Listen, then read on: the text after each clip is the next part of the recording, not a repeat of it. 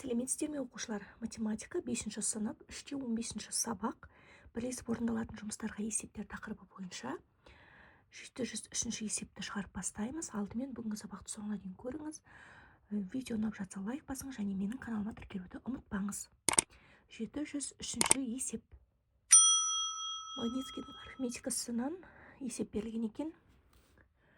Үйме шөпті ат 1 ай жейді, ешкі 2 ай, ал қой 3 ай жейтінін қысқаша берілген жазып өттік. Енді осы ат, ешкі және қой бірлесіп жесе қанша ай жер екенін табу керекпіз. Ол үшін біздер бірінші аттың бір айда жейтін бөлігін тауып алайық, яғни бір бөлінген бір шығады. Екіншісі ешкінікін тауып алайық, бір бөлінген 2, 2-ден 1.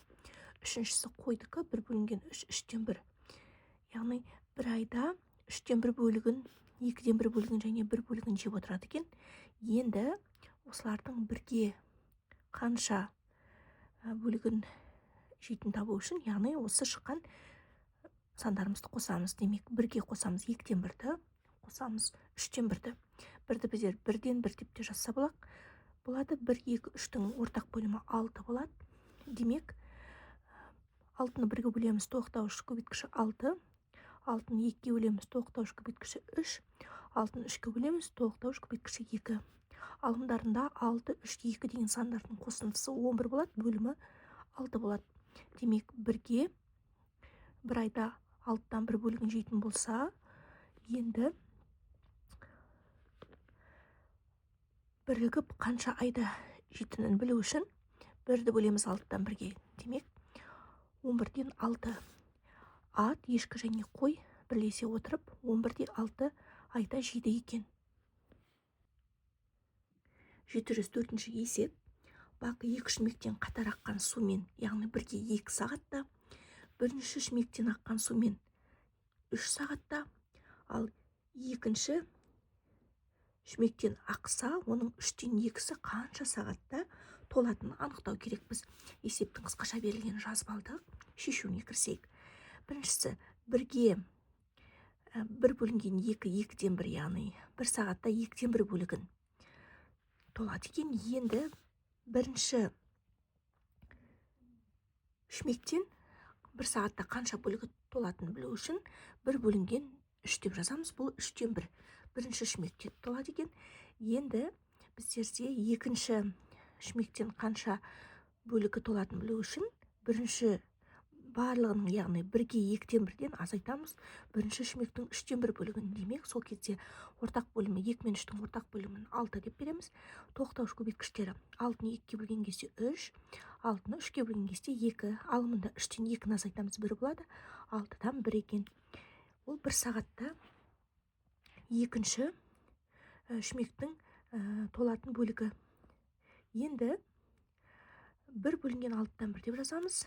Яғни бұл жерде бізде 1-ден 1 деп жазып қоямыз да, 1 бөлшектің астына, және 6-дан 1-ді мына жерде бөлініп тұрғандықтан 1-ден 6 деп жазамыз. Яғни екінші шүмектен 6 сағатта толады екен. Енді осы 6 сағаттың 3-тен 2-сін табу керекпіз. Бұл бізде санның бөлігін табу тақырыбына арналған есеп. 6-ны көбейтеміз 3-тен 2-ге. Сол кезде 6 мен 3 2-ге қысқарады, 3-ке қысқарады. 3-ті 3-ке бөлген кезде 1, 6-ны 3-ке бөлген кезде 2. 2-ні 2-ге көбейтеміз, 4 сағат. Яғни екінші шүмектің 3-тен 2-сі 4 сағатта толады екенін анықтадық.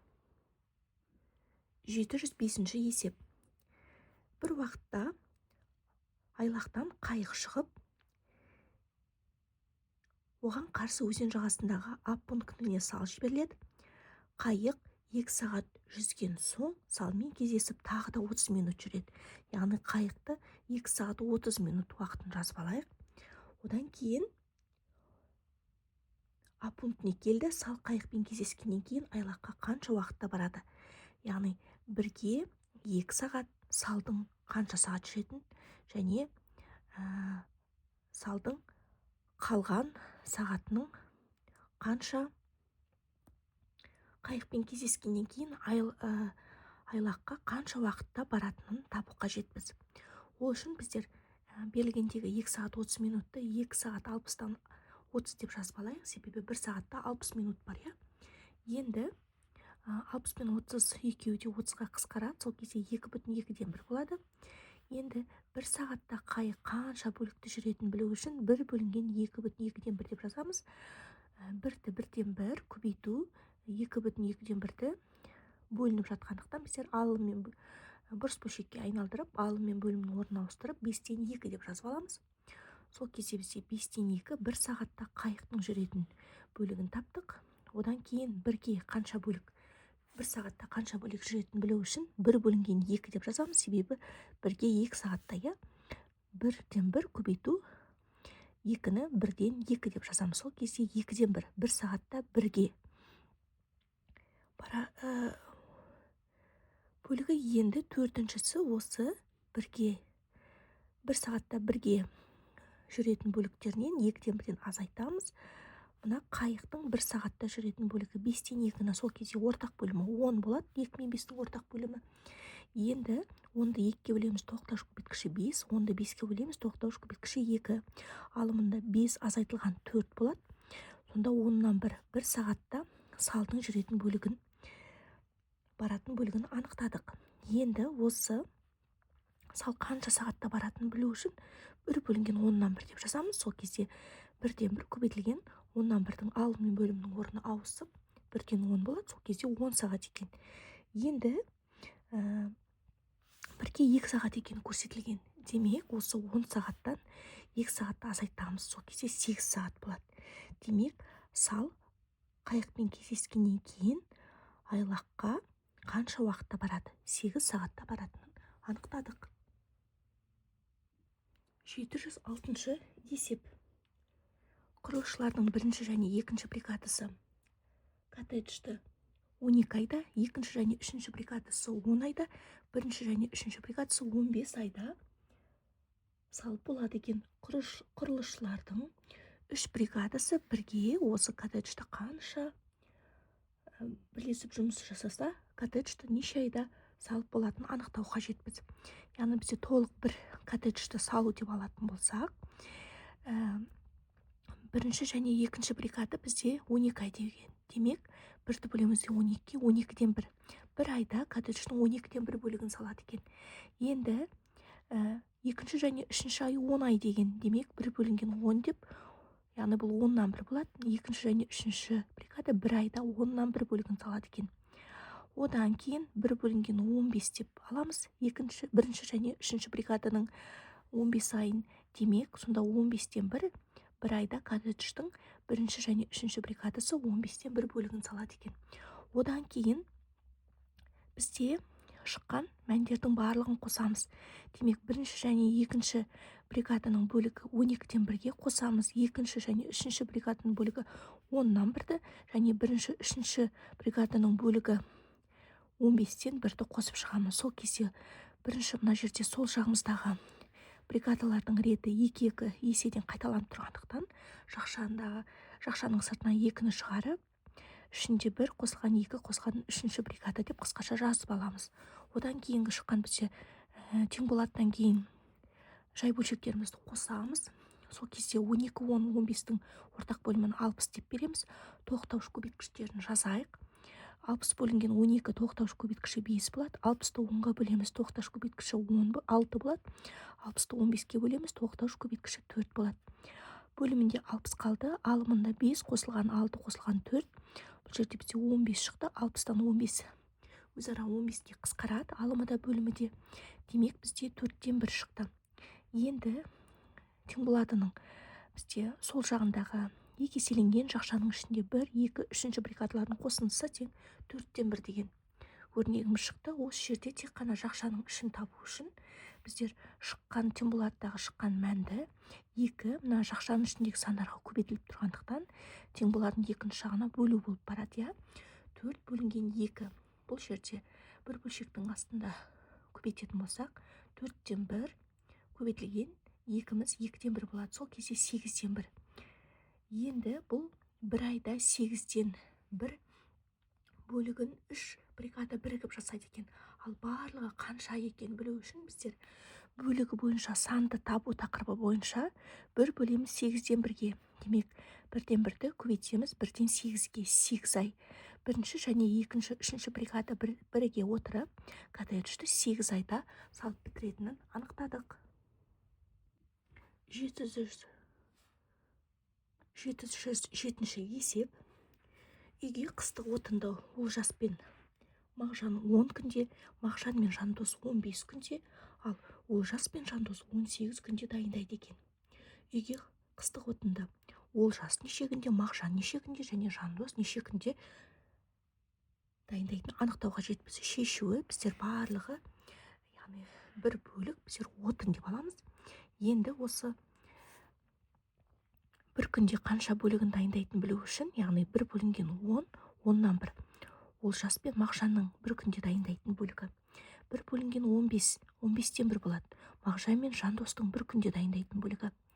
Ал бір бөлінген 18, 18-тен 1 болады. Ол Олжас пен Жандостың бір күнде дайындайтын бөлігі. Енді осы Олжас, Мағжан мен Жандос, Олжас пен Жандостың дайындайтын бір күнде дайындайтын бөліктердің барлығын қосамыз. Сол кезде бізде теңболадының сол жағында бізде есімдері 2-2-ден қайталанғандықтан барлығының жақшаның сыртына 2-ні жазамыз да жақшаның ішінде Олжас, Мағжан және Жандостар қалады. Енді теңболадының сол оң жағындағы бөлшек сандарымызды қосып алып ортақ бөлімге келтіреміз. Сол кезде ортақ бөлімі 90 болады. Бұл жерде бізде 90-ды 10-ға бөлеміз, тоқтауыш көбейткіші 9, 90-ды 15-ге бөлеміз, тоқтауыш көбейткіші 6, 90-ды 18-ге бөлеміз, тоқтауыш көбейткіші 5. Алымында 9, 6, 5 деген сандарды қосқан кезде 20 шығады. 90-нан 20 болады, олар өзара 10-ға қысқарып, 90-нан 2. Демек, осы жоғарыда аттар аталған балалардың бұл бізде бөлігін, бір күнде дайындайтын бөлігін тауып келе жатырмыз, бірақ әлі толық таппадық. Себебі жақшаның алдында тағы да 2-ге көбейтіліп тұр. Демек, жақшаның ішіндегі есімдерін алып қалып, енді осы 9-дан 2-ні 2 көбейтіліп тұрғандықтан теңболадың екінші жағына бөлу етіп шығарамыз. 9-дан 2 бөлінген 2 болады. Бұл 9-дан 2 көбейтілген 2-ден 1 бөлік деп жазылады. 2 мен 2 бөліміндегі алымындағы 2-лер қысқарады да, бізде 9-дан 1 шығады. Демек, үшеуінің бірігіп бір күнде жасайтын бөлігі. Енді Олжастың бір күнде жасайтын бөлігін білу үшін біздер осы барлығының жасайтын бөлігі бар ғой, бір күнде 9-дан 1 деген содан азайтамыз. Бұл жерде Олжастың аты аталмаған, яғни бір күнде Мағжан мен Жандостың жасайтын бөлігін 9-дан 1-ден 15-тен 1 азайтып тастаймыз. 9 мен 15-тің ортақ бөлімі 45. 45-ті 9-ға бөлеміз 5 болады. 45-ті 15-ге бөлеміз 3 болады. Алымында 5 пен 3-ті азайтамыз 2 болады. 45-тен 2 бұл Олжастың бір күнде жасайтын бөлігі. Ал барлығы неше күнде жасайтын білу үшін біздер бөлігі бойынша санды табамыз. Демек, 1-ді бөлеміз 45-тен 2-ге. Яғни 1-ден 1 көбейтілген 2-ден 45. Сол кезде бізде 2-ден 45 деген сан шығады. Оны аралас санға айналдырсақ 22,2-ден 1 болады.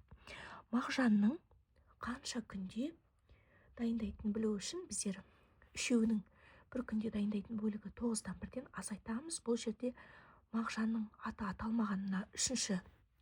Олжас пен Жандостың бір күнде жасайтын бөлігі 18-ден 1-ді. Демек, 9-дан 1 азайтылған 18-ден 1.